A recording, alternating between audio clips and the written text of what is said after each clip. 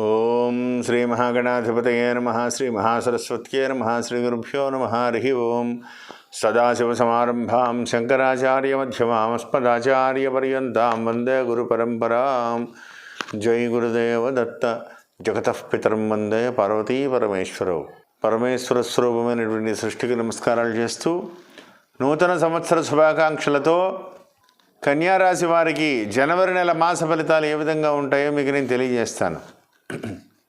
కన్యారాశిలో ఉత్తరా నక్షత్రంలో ఉన్నటువంటి 2, 3, 4 పాదములు, చిత్తా నక్షత్రంలో ఉన్నటువంటి 1, 2 పాదములు, హస్తా నక్షత్రంలో ఉన్నటువంటి 4 పాదములు కలిపి కన్యారాశిగా చెప్పబడుతోంది.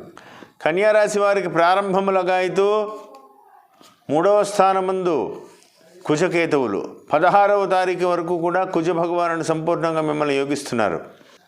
14వ తారీఖు వరకు చతుర్థ కేంద్రం ముందు ఉన్నటువంటి రవి శుక్రులు 14వ తారీఖు నుంచి పంచమంలోకి రవి సంచారం.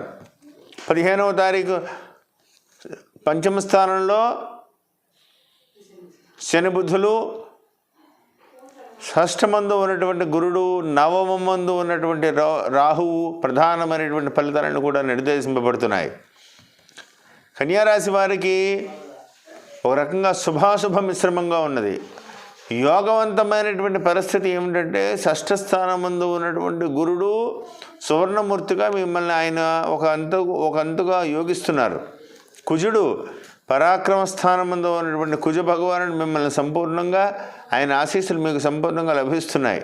అర్ధాష్టమ రవి యొక్క స్థితి మొన్న జరిగినటువంటి రోజులతో పోలిస్తే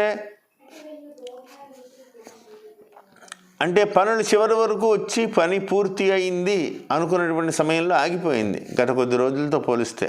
ఇప్పుడు మళ్ళీ జనవరి 15 తర్వాత కదలిక మొదలవుతోంది. అయితే కుజుడు కూడా చతుర్థంలోకి మారడం శుభాశుభ మిశ్రమంగా ఉంటుంది. ప్రతి విషయంలోనూ కూడా ఆవేశం వచ్చేస్తూ ఉంటుంది. ధన సంబంధమైనటువంటి ఇబ్బందులు ఉన్నాయి. అయితే ఆవేశం వస్తూ ఉంటుంది. ఈ ఆవేశం వల్ల పెద్దనక చిన్ననక పెద్దవాళ్ళు చిన్నవాళ్ళు ఎవరినైనా సరే విసురుగా మాట్లాడడం, దానివల్ల పెద్దవాళ్ళు అంటే వయసులో పెద్దవాళ్ళు అవ్వచ్చు, అధికారంలో పెద్దవాళ్ళు అవ్వచ్చు, మీ ఆలోచనలో మీకంటే పెద్దవాళ్ళు అవ్వచ్చు. వాళ్ళని మీరు తోలనాడుకోవడం వల్ల మీకే ప్రమాదం. కాబట్టి చాలా బ్యాలెన్స్గా ఉంటే మంచిది. ఎంత ఆవేశం వచ్చినా నోట్లోంచి మాట ఎంత బ్యాలెన్స్గా ఉంటే అంత మంచిది. తొందరపాటుగా ఏ నిర్ణయాలు చేయవద్దు. పెద్దల సలహా చాలా అవసరము. చాలా నేర్చుకోవలసి ఉంది. సాధారణంగా కన్యారాశి వాళ్ళు చాలా రోజులుగా, చాలా సంవత్సరాలుగా, ఒక 4-5 సంవత్సరాలుగా భయంకరమైనటువంటి ఇబ్బందులు పడుతున్నారు. అనేక రూపాలుగా ఏలినాటి శని పూర్తి అయింది అనుకున్నారు. ఈలోపు గురుడు బాగోలేదు, రాహువు బాగోలేదు, అనేక రకాలుగా మిమ్మల్ని ఏదో జరుగుతూ ఇబ్బందులు పడుతూ ఏదో బయటకు వస్తున్నారు అనుకునే సమయంలో ఏదో రూపంలో ఇబ్బందులు, మాతృ సంబంధమైనటువంటి ఇబ్బందులు, అనారోగ్య సూచనలు ఇబ్బందులు పడడం, పితృ సంబంధమైనటువంటి నవమే పితృనాశనం 9లో రాహువు, తండ్రికి ఆరోగ్య సంబంధంగా ఇబ్బందులు. ఇప్పుడు ఆ రాహువు కూడా అష్టమంలోకి మారుతున్నారు. చాలా జాగ్రత్తగా ఉండాలి. అయితే ఆలోచనతో ముందుకు వెడితే, పెద్దల సలహా తీసుకుంటూ తగినటువంటి చిన్న పరిహారాలు చేసుకుంటూ భగవంతుడు నమ్ముకుని ముందుకు వెళ్తే ఎటువంటి సమస్యలైనా సరే మీరు విజయాన్ని సాధించగలుగుతారు. ఎందువల్లంటే అతి తొందరలో గురు భగవానుడు మీకు అత్యున్నతమైనటువంటి స్థానాన్ని, అంటే ఏప్రిల్ నుంచి అత్యున్నతమైనటువంటి స్థానంలోకి గురు భగవానుడు రాబోతున్నాడు. శని కూడా మారబోతున్నారు ఈ సంవత్సరం పూర్తి చివరిలో. ఏది ఏమైనప్పటికీ కూడా ఆలోచన బాగుంటుంది, ఆచరించే విధానం బాగుంటుంది, కానీ మధ్యలో వదిలిపెట్టేస్తారు. మంచి దిశగా అడుగులు వేస్తుందంటే ఎవరో ఏదో చెప్తారు, దీనివల్ల మీకు అనవసరం అండి అంటారు, గప్పుకుని వదిలేస్తారు. దానివల్ల పెట్టిన పెట్టుబడులు వెనక్కిపోతాయి, తీసుకున్న నిర్ణయాలు కూడా మిమ్మల్ని మీరు నమ్ముకోండి, విశ్వాసంగా ముందుకు వెళ్ళండి. భగవంతుడి యొక్క అనుగ్రహం మీకు సంపూర్ణంగా ఉన్నది. ఆలోచన చాలా అవసరమవుతుంది. ఆరోగ్య విషయంలో, పర్టికులర్గా ఆరోగ్య విషయంలో చాలా చాలా జాగ్రత్తగా ఉండాలని ప్రత్యేకంగా చెప్పదగ్గ సూచన.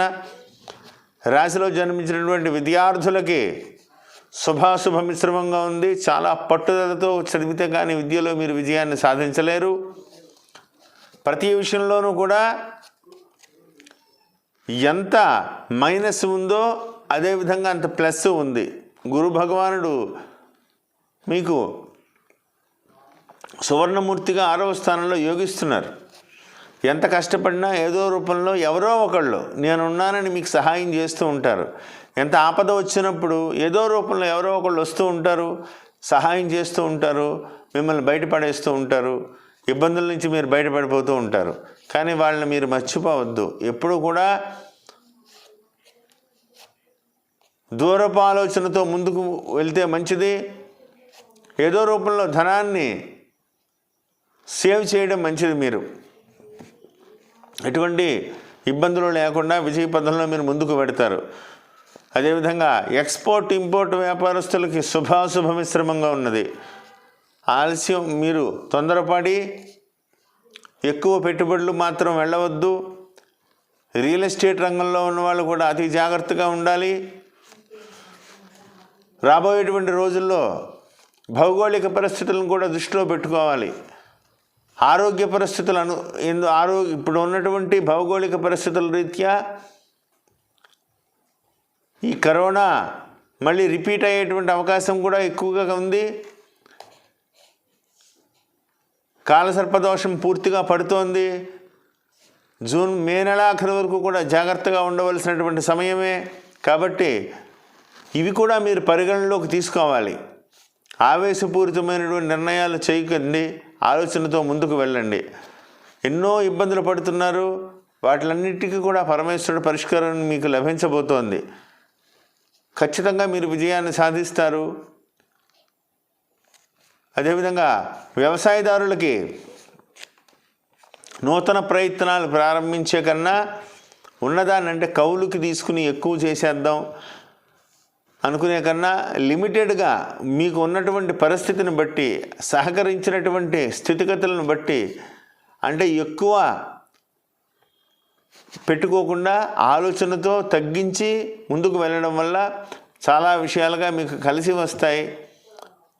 ఇబ్బందులు లేకుండా మీరు విజయాన్ని సాధిస్తారు. ఇవన్నీ కూడా మీకు ఏదో రూపంలో అంటే మీ యొక్క లిమిటెడ్గా మీరు ఉండడం వల్ల, మీ యొక్క స్థితిని మీరు ఆలోచించుకోవడం వల్ల ఇబ్బందులు లేకుండా మీరు బయటపడగలుగుతారు. స్త్రీల ఆరోగ్య విషయంలో చాలా జాగ్రత్తగా ఉండాలి. ఎవరైనా పురుషులైనా స్త్రీలైనా ఇప్పుడు ఉన్నటువంటి పరిస్థితిని బట్టి, రోగస్థానమందు ఉన్నటువంటి స్థితిగతులను బట్టి ఆరోగ్య విషయంలో ప్రత్యేకమైనటువంటి శ్రద్ధ వహించడం చాలా చాలా మంచిదని ప్రత్యేకంగా చెప్పదగ్గ సూచన. 16వ తారీఖు తర్వాత మమ గోచారవశాత్తు అర్ధాష్టమ అంగారక గ్రహ దోష పరిహారార్థమని సంకల్పం చెప్పి కందులు లేదా కందిపప్పును దానం ఇవ్వండి. ప్రతిరోజు కూడా ఆదిత్య హృదయం పారాయణం మీకు చాలా బలాన్ని ఇస్తుంది, ధైర్యాన్ని ఇస్తుంది, పనులన్నీ కూడా ముందుకు వెళ్ళేటువంటి విధంగా ఆలోచననిస్తుంది. పంచమంలో ఉన్నటువంటి శనీశ్వరుడు వల్ల జ్ఞాతులతో ఇబ్బంది, ఇంటి పేరు వాళ్ళు, మీ యొక్క చిన్నవాళ్ళు అవ్వచ్చు, పెద్దవాళ్ళు అవ్వచ్చు, మీతోటి ఉంటూ ఉన్నటువంటి వాళ్ళు వాళ్ళ వల్ల, జ్ఞాతుల వల్ల కొద్దిగా ఇబ్బందులు పడేటువంటి అవకాశం కనబడుతోంది. కాబట్టి ఆచితూచి ఎవరి దగ్గర ఎంత మాట్లాడితే మంచిది, ఏ నిర్ణయం తీసుకుంటే మంచిది, ఏ విధంగా ముందుకు వెళ్తే మంచిది, ఎదుటి వ్యక్తులు మిమ్మల్ని రెచ్చగొట్టి మీ యొక్క స్థితిగతులు, మీ యొక్క స్టామినా తెలుసుకునేటువంటి ప్రయత్నం చేస్తారు. అంటే మీ దగ్గర ధనం ఎంత ఉంది, లేకపోతే మీరు దేనికైనా ఎంతవరకు ఇలాగా మిమ్మల్ని మీ గుట్టును బయట పెట్టేటువంటి ప్రయత్నం చేస్తారు. ఎంత ఇదైనా రిజర్వ్డ్గా మాట్లాడండి. ఎదుటి వాళ్ళని పూర్తిగా నమ్మవద్దు. ఆచితూచి ఆలోచించి ముందుకు వెళ్ళేటువంటి ప్రయత్నం చేయండి. ప్రతి విషయంలోనూ జాగ్రత్త వహిస్తూ నేను చెప్పిన పరిహారాలన్నీ కూడా చేసుకుంటూ విజయపథంలో దూసుకు వెళ్తారని కోరుకుంటూ జై గురుదేవ దత్త. శుభం భూయాత్.